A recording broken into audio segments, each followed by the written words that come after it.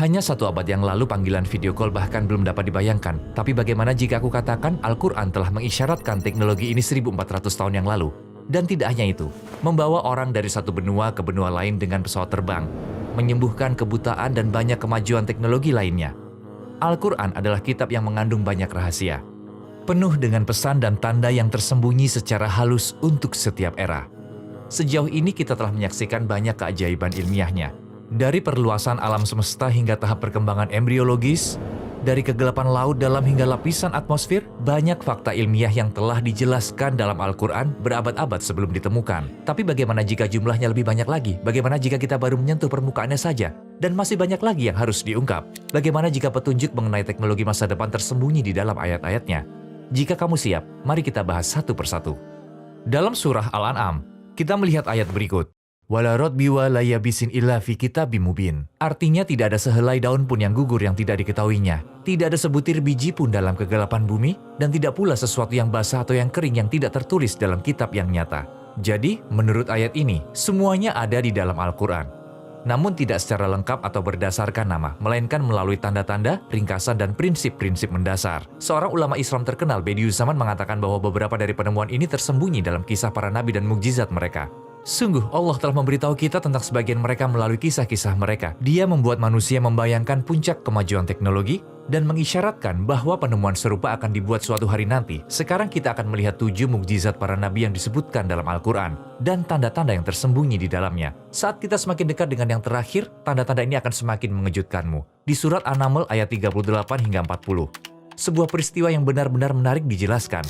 Berdasarkan ayat-ayat ini, Sulaiman alaihissalam meminta tahta Ratu Syeba yang akan dibawa kepadanya dari negeri yang sangat jauh. Dan seseorang yang memiliki pengetahuan dari kitab suci berkata, dia dapat mewujudkannya dalam sekejap mata. Dan seketika singgasananya muncul tepat di hadapan Sulaiman alaihissalam. Maka singgasana yang ada di Yaman, entah bagaimana hadir secara fisik atau terlihat sebagai gambar di Damaskus, yang berjarak ribuan kilometer. Selain itu mereka bisa melihat orang-orang di sekitar tahta dan mendengarkan suara mereka juga. Al-Quran memberi tanda-tanda yang luar biasa di sini. Meskipun terungkap 1400 tahun yang lalu, ini menggambarkan bagaimana objek atau gambarnya dapat dengan cepat dikirim atau ditransmisikan melalui jarak jauh. Dan hal itu dilakukan melalui peristiwa sejarah yang nyata. Dan kita melihat bahwa saat ini kita benar-benar dapat mengirimkan gambar dan suara melalui internet dan televisi hanya dalam beberapa detik. Bukankah kejadian dalam Al-Quran ini mirip sekali dengan siaran langsung, gambar yang kita dapatkan dari proyektor, kamera, atau bahkan hologram modern yang ada saat ini? Tapi bagaimana mungkin hal seperti ini disebutkan dalam Al-Quran saat hal itu sama sekali tidak terbayangkan 1400 tahun yang lalu? Sekali lagi kita melihat bukti yang jelas bahwa Al-Quran tidak mungkin merupakan perkataan manusia. Dalam Al-Quran, kita melihat bahwa Sulaiman alaihissalam mengetahui bahasa binatang dan dapat berkomunikasi dengan mereka. Dalam surah An-Naml ayat 18, disebutkan bahwa dia mengerti bahasa semut, dan di ayat 22, bahasa burung. Jadi tanda seperti apa yang diberikan di sini? Faktanya, memahami bahasa hewan menunjukkan bahwa di masa depan, orang mungkin bisa memahami bagaimana hewan berkomunikasi dan apa yang mampu mereka lakukan. Lagi pula, kita tahu bahwa Sulaiman alaihissalam mengerti bahasa mereka, menemukan kemampuan mereka, dan menggunakannya dalam pekerjaannya. Dan ketika kamu memikirkannya, jika kita memahami sepenuhnya kemampuan hewan, kita bisa memberi mereka tugas di banyak bidang kehidupan sehari-hari. Ini sebenarnya sesuatu yang sudah mulai kami lakukan. Merpati telah digunakan untuk mengirim pesan dan surat. Burung beo telah dilatih untuk berbicara. Kami telah menemukan cara menggunakan ulat sutra untuk membuat pakaian. Sama halnya, kita telah mempelajari bahasa anjing dan menggunakan indera penciumannya yang tajam untuk memerangi kejahatan narkotika. Spesies tikus tertentu juga digunakan dalam deteksi ranjau karena hidung mereka yang sangat sensitif. Dan kami menggunakan kemampuan sonar lumba-lumba yang canggih dalam misi pencarian dan penyelamatan kapal selam serta dalam menemukan ranjau laut. Jadi mukjizat Sulaiman alaihissalam dalam memahami bahasa hewan dan menggunakannya untuk tugas-tugas tertentu menunjukkan bahwa kita mungkin menemukan lebih banyak lagi kemampuan mereka dan menemukan cara baru untuk mengambil manfaat darinya di masa mendatang. Ada ribuan spesies hewan di bumi. Ketika kita belajar memahami bahasa mereka dan melatih mereka, apa yang dapat kita capai bersama mereka mungkin jauh melampaui imajinasi kita. Mukjizat lain yang dianugerahkan kepada Sulaiman alaihissalam adalah kemampuannya mengendalikan angin. Dengan melakukan itu, ia dapat menempuh jarak yang jauh dalam waktu yang sangat singkat. Dalam surah Saba, Allah berfirman, dan kami tundukkan angin bagi Sulaiman, yang perjalanannya pada waktu pagi sama dengan perjalanan sebulan, dan perjalanannya pada waktu sore sama dengan perjalanan sebulan pula. Ayat ini menggambarkan bagaimana sebuah perjalanan yang biasanya memakan waktu 1 bulan dapat diselesaikan hanya dalam sebagian hari. Bukankah ini petunjuk yang jelas tentang teknologi masa depan seperti pesawat terbang?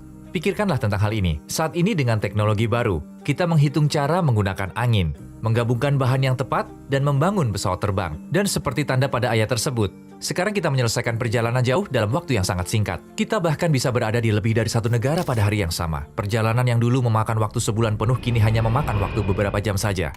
Mukjizat lainnya adalah ketika Ibrahim alaihissalam dilemparkan ke dalam api, namun itu tidak membakarnya. Penguasa tiran Nimrod menjadi marah padanya dan memerintahkan anak buahnya untuk menyiapkan api besar. Namun ketika Ibrahim alaihissalam dilemparkan ke dalam api, sesuatu yang mengejutkan terjadi. Api itu tidak melukainya sama sekali. Tentu saja ini adalah sebuah keajaiban yang terjadi, khusus untuk nabi besar ini. Namun pada saat yang sama, kita juga dapat melihat tanda-tanda masa depan dalam keajaiban ini. Selain Ibrahim alaihissalam tidak terbakar api, pakaiannya pun tidak terbakar. Dan sekali lagi, ini memberi manusia sebuah tujuan. Di masa depan, bahan tahan api bisa dikembangkan untuk melindungi orang dari api. Dan faktanya, pada pertengahan abad ke-20, untuk pertama kalinya, pakaian tahan api mulai diproduksi, terutama untuk petugas pemadam kebakaran. Pada tahun 1960-an, material khusus seperti Nomex dan Kevlar ditemukan. Nomex dapat menahan suhu hingga 370 derajat Celcius dan memiliki ketahanan tinggi terhadap kebakaran. Sementara Kevlar dapat menahan panas hingga 450 derajat Celcius. Dengan inovasi ini, petugas pemadam kebakaran kini dapat menahan api dengan lebih efektif. Dan ini membantu mereka tetap terlindungi selama beberapa menit selama operasi penyelamatan darurat. Dalam surah Al-Baqarah, Musa alaihissalam memukul batu dengan tongkatnya, dan tiba-tiba 12 mata air menyembur keluar. Bayangkan saja, dengan satu sentuhan tongkat, sebuah batu kering tak bernyawa di tengah gurun tandus, berubah menjadi sumber air yang melimpah.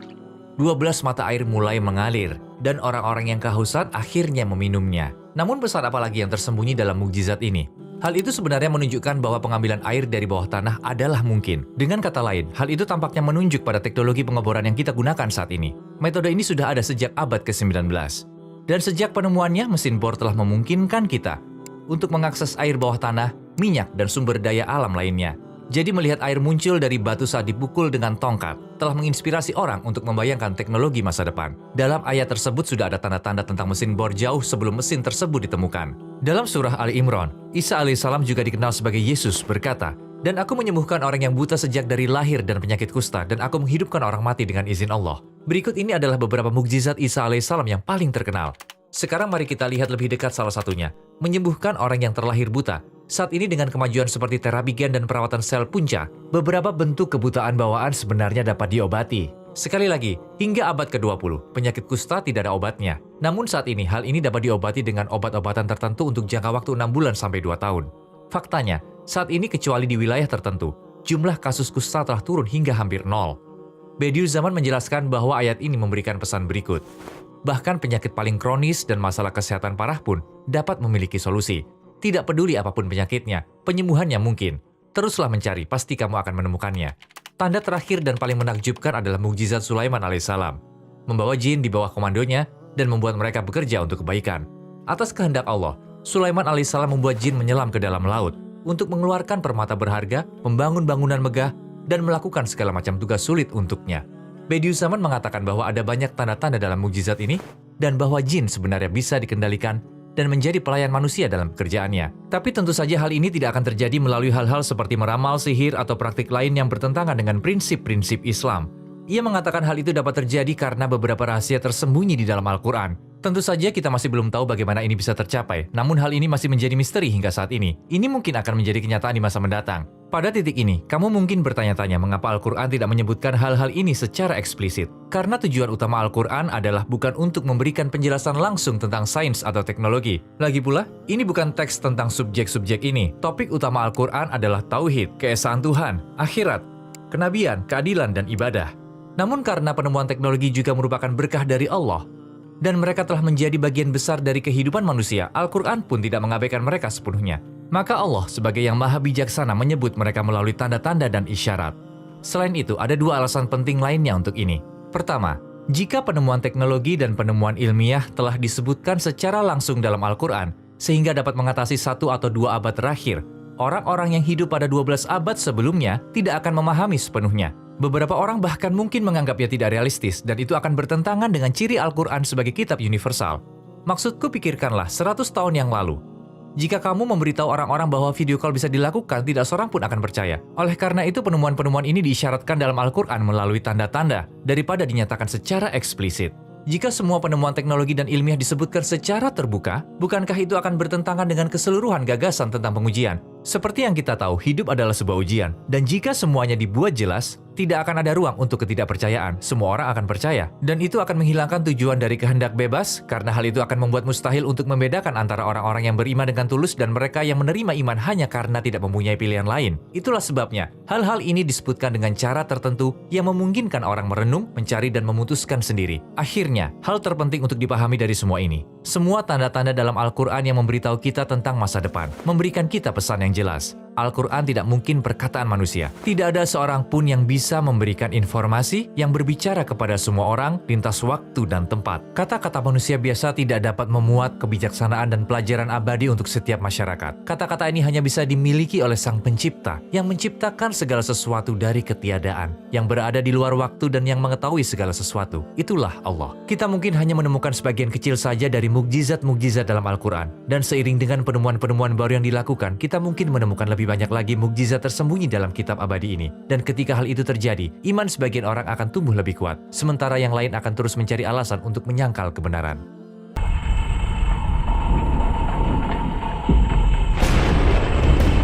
Inilah akhir perjalanan bagi mereka yang mendustakan kebenaran, neraka Jahannam.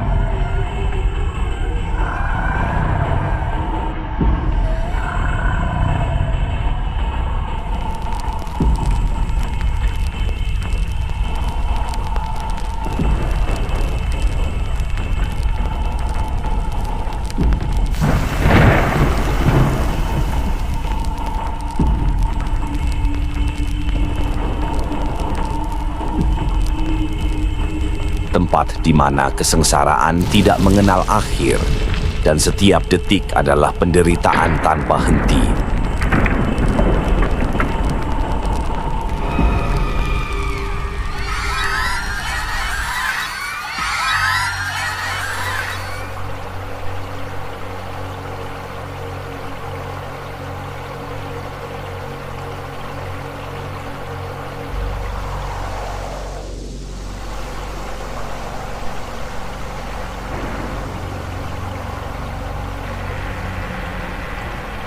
Lihatlah, di hadapanmu terbentang 7 pintu neraka.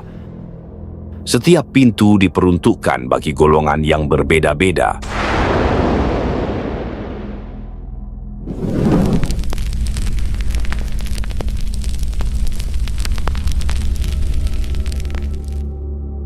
Para pendosa diseret dengan rantai besi, kaki dan tangan mereka terbelenggu.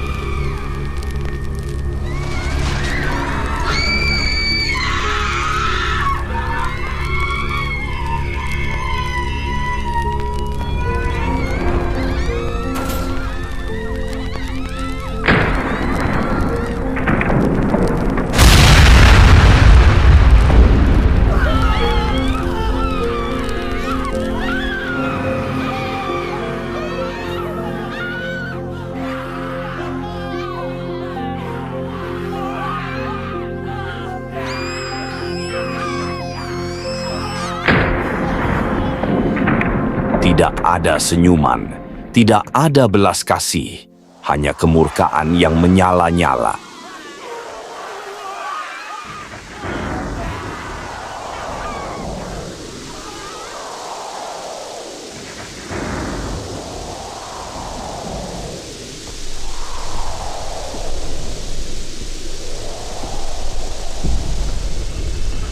Para penjaga neraka menatap dingin, menghempaskan manusia ke dalam kobaran api yang membara.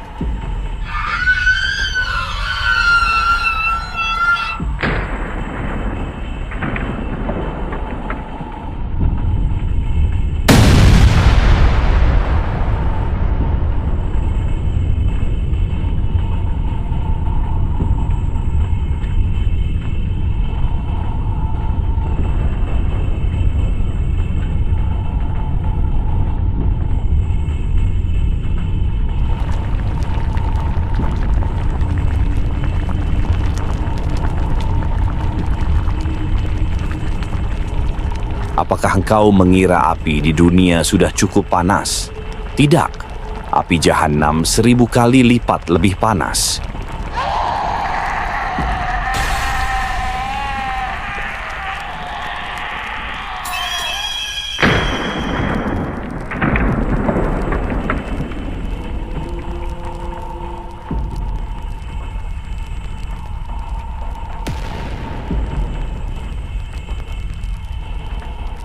Ia menyala-nyala, membakar tanpa henti, menghanguskan tubuh, lalu mengembalikannya lagi untuk merasakan siksa yang lebih pedih.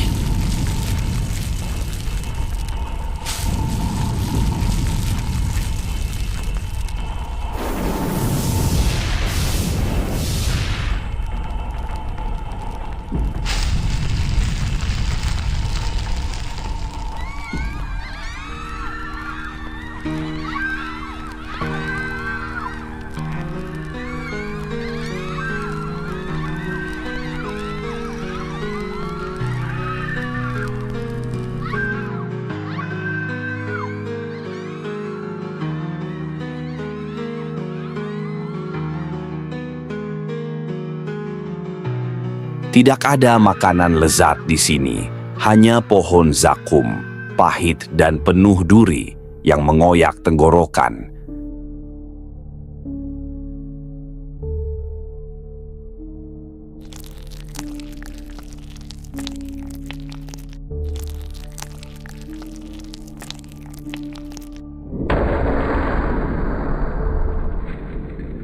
Tidak ada air yang menyegarkan, hanya air mendidih dan nanah busuk yang menghanguskan isi perut.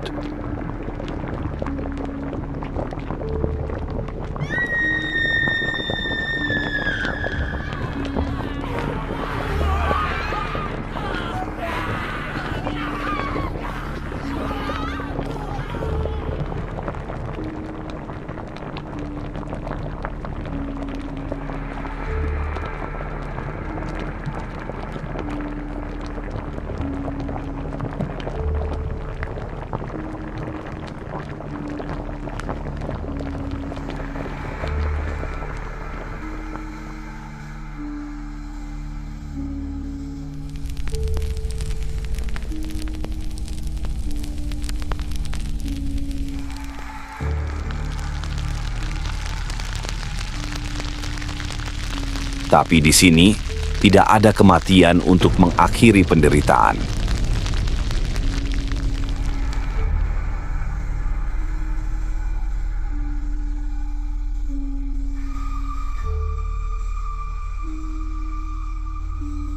Mereka ingin mati, tapi tidak bisa.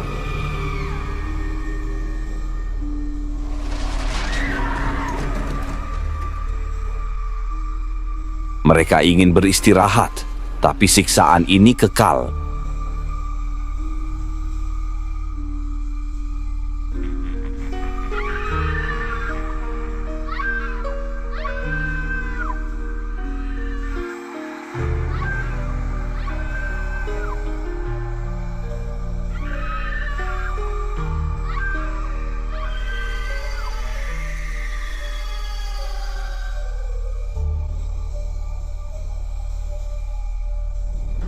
Namun ingatlah, apa yang kau lihat ini belum seberapa dibandingkan dengan azab Jahanam yang sesungguhnya.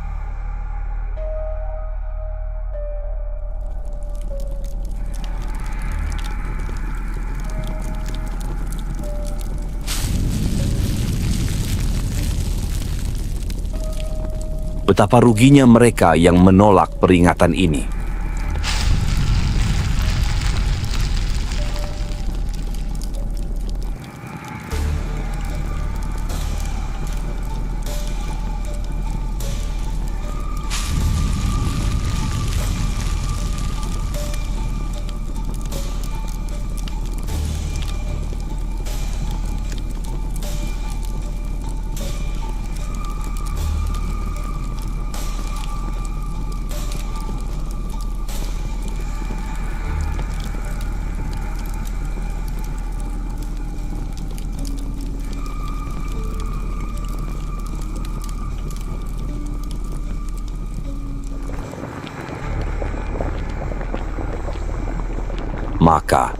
apakah kau masih berani berpaling dari peringatannya? Sebelum terlambat, kembalilah sebelum penyesalan menjadi abadi.